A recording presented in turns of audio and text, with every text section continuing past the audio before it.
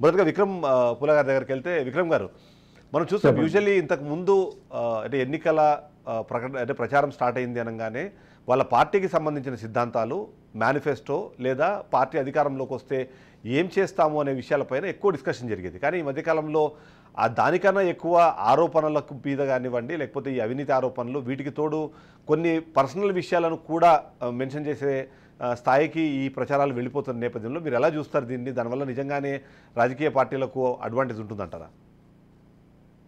ముందుగా డిబేట్లో పాల్గొంటున్న తిరుపతిరావు గారికి, రవిచంద్రారెడ్డి గారికి, మీకు ప్రేక్షకులకి గుడ్ ఈవినింగ్ అండి.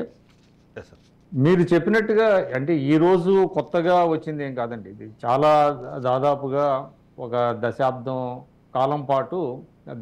కాలంగా ఈ ప్రత్యారోపణలు శృతి మించి వ్యక్తిగతమైనటువంటి ఆరోపణల స్థాయికి వెళ్ళింది. అందువల్ల కొత్తగా ఈరోజు ఆ, మొదలైంది మన రాష్ట్రంలోనే అనుకోవటానికి లేదు.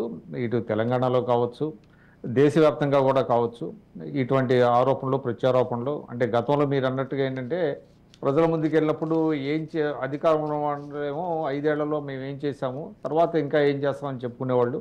అదేవిధంగా ప్రతిపక్ష పార్టీలు మాత్రం అధికారంలోకి వస్తే ఏం చెప్తామనేది మేనిఫెస్టో ద్వారా కావచ్చు, హామీల ద్వారా కావచ్చు, వివిధ వర్గాలకు ఇచ్చేటువంటి ఆ, హామీలు కావచ్చు, ఇట్లా చెప్పుకునేవాళ్ళు. కానీ మన రాష్ట్రంలో పొలిటికల్ కల్చర్ అది మారిపోయి చాలా కాలం అయింది. మీరు అన్నట్టుగా బిలో ది బెల్ట్ పాలిటిక్స్ చాలా కాలంగా జరుగుతున్నది.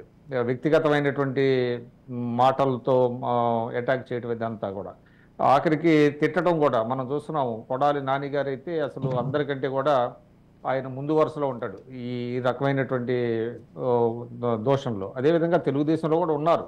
ఎస్. అంటే కేవలం నేను ఆయన ఒక్కడనే అనను. ఏ, ఎందుకంటే మాటకు మాట ఇప్పుడు ఏంటంటే పంటికి పన్ను కన్ను కన్ను అని మధ్య యుగాల నాటి సంస్కృతి ఏదైతే ఉందో ఆ సంస్కృతి రాజకీయాల్లో ఉంది. ఇది అన్డిజైరబుల్. మీరు అన్నట్టుగా ఏంటంటే ఇది మంచిది కాదు. కానీ మంచిది కాదని ఎవరు చెప్తారు, ఎవరికి చెప్పాలి?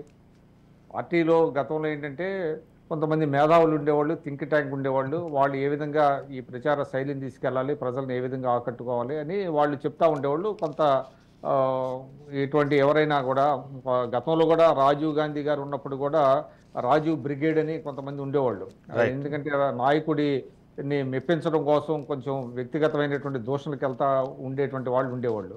కానీ అదే ఆ, సమయంలో పార్టీలో మేధావులు అనేటువంటి వాళ్ళు కూడా ఉండేవాళ్ళు. వాళ్ళని కంటైన్ చేసేవాళ్ళు, ఇది మంచిది కాదు ఇటువంటిదని.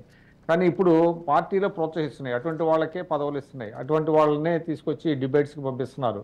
అందువల్ల ఇక మనం ఏంటంటే ఏదో సామి చెప్పినట్టు గొంగట్లో తింటా వెంట్రుకలు ఏరుకోవటం లాంటిదే తప్ప ఇదేమీ లేదు. కాకపోతే ఒకళ్ళు ఎక్కువ ఒకళ్ళు తక్కువ, ఎవరికి కూడా సరిపోయినది కాదు. బట్ ప్రజలందరూ ఇవన్నీ గమనిస్తారు. అంతిమంగా వాళ్ళు ఇచ్చే తీర్పు వాళ్ళు ఇస్తూ ఉంటారు.